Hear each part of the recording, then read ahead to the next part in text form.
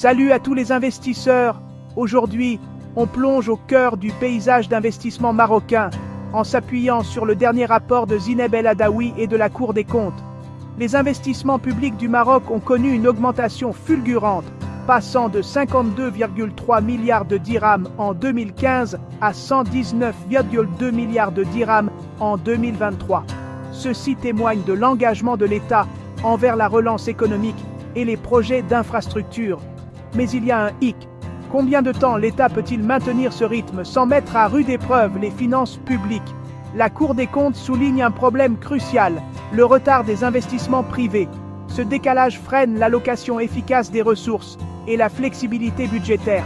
Pour y remédier, le Maroc doit encourager la participation du secteur privé, soutenir les réformes en cours et minimiser les transferts du budget de l'État qui ont atteint 65 milliards de dirhams en 2023.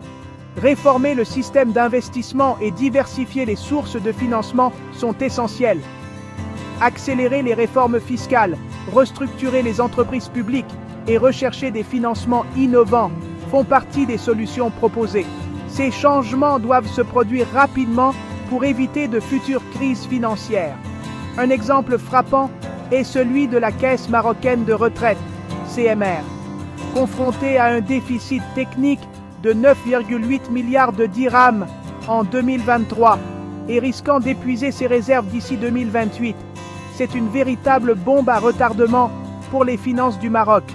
À cela s'ajoutent des événements à venir comme la Coupe d'Afrique des Nations 2025 et la co-organisation de la Coupe du Monde 2030. Ceci nécessite des investissements importants en infrastructures, mais représente aussi une occasion en or pour attirer les investissements privés. En conclusion, le rapport de la Cour des comptes présente un dilemme complexe.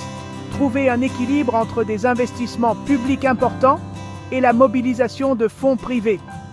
Le Maroc peut-il transformer ces défis en opportunités et construire une économie résiliente? Merci d'avoir regardé. Si vous avez trouvé cette analyse pertinente, n'oubliez pas de liker et de vous abonner. Restez connectés pour en savoir plus.